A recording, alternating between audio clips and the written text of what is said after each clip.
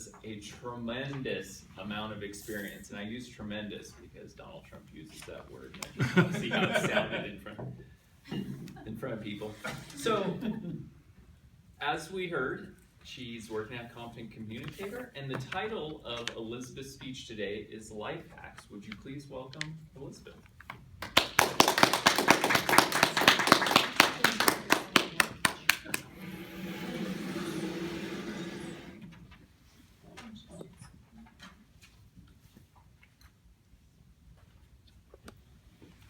There's a term that's become popular in recent years, probably because of the internet, and it's a term that most of you have probably already heard. Wikipedia defines it as any trick, shortcut, skill, or novelty method that increases productivity, efficiency, and may I even be so bold as to say it may even be audacious in all walks of life.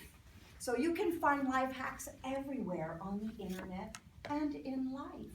Now, when you've lived on the earth, no matter how long, even as long as I have, you can discover little life hacks that can help your life that maybe you've never known before. And today I'm going to share 3 of them that I use often, most of them almost daily. And I hope you'll find them a little bit enlightening and of benefit to your life as well. So life hack number 1 that I'm going to share with you is how to tie a shoe so that the shoelaces do not come undone. Now most of you, and Jeffrey, would you start passing this around because I know you know this trick. So Patty, as you get it, and everyone else as I'm talking, if you want to try doing this little method that I'm going to teach you, that hopefully it's bold enough color that I found that you can see how we do this. Normally when people want to make sure they tie a shoe, this is the regular tie, right? You'd all recognize this. That's the regular one tie tying. And when we want to not have our shoes come untied when we're young, what do we usually do? We usually take that little bow and we tie it around one more time, right? Isn't that what a lot of you have learned to do? You just tie it one more time. But what happens when you want to get it undone?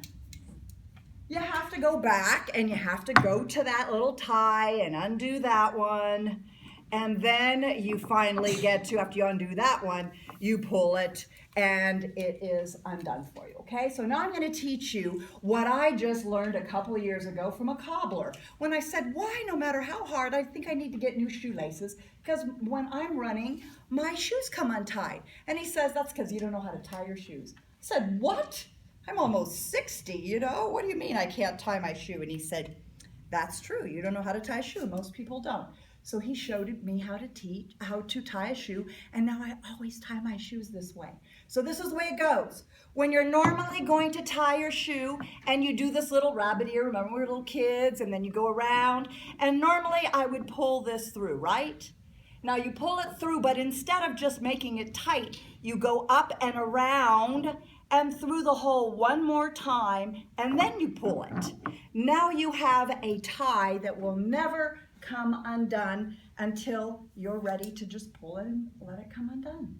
So the whole trick is, again, you tie it, but instead of coming through on the last one, that's why I'm giving these, so if you want to make it come around again and everybody can try it, you tie it, and when you're coming through that hole with your last one, instead of pulling, okay, like you normally do, you just take that final one that you're going to pull, make it go through that over and through the loop again, and then pull it. I'm doing it like this, demonstrating it's really hard, but once you practice, it can be as tight as your regular little tie. That's one little life hack that you might want to use because your shoes will never come untied, especially for little toddlers, okay? The next one is how to boil an egg, hard boil an egg or soft boil an egg and be able to peel it easy as pie. The secret is that you steam them, you don't boil them. How many of you have ever heard of steaming an egg? You have? You've heard of steaming for hard boiling? That's the way you do it. You just put water on the bottom of your bottom double boiler, bring it to a boil, add however many eggs you want to on top. Brought some eggs, I don't know why I did that. But anyway, then you just cover it up. Once the water's boiling, set it for 15 minutes here in Reno. As soon as it's finished, You take the eggs off, put it under running cold water or ice water so that it stops the cooking process so you don't get that green ugly color on the outside of the yolk. You just have it be beautiful yellow to the white. And that's how you can then peel an egg effortlessly underwater. We all at least have Easter time, right, that we do hard-boiled eggs, so it's a good tip to have.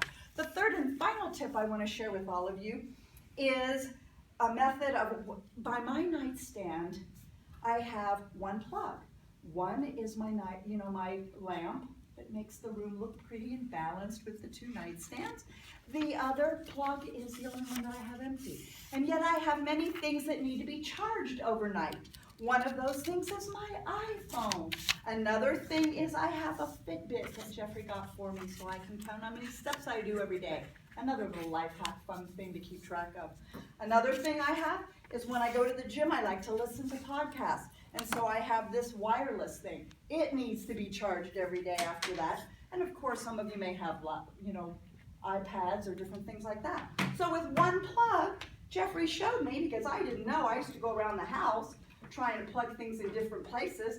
Then he got me this little tool where I just plug in one plug and I can put all of my little gadgets on one plug and I have it all done. I used to know about extension cords with the strip, but I didn't know they had something like that too for all of our technical garbs with the USB ports. So those things make my life easier.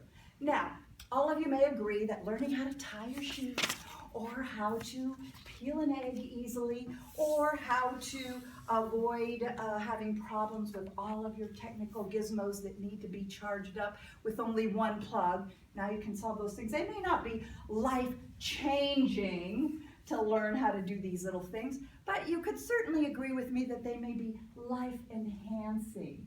So I would encourage all of you to maybe try one of these, if not all of them, and see if you don't agree that it's fun to have an easier way to go. Or possibly it may even be, you may find your own audacious life hack.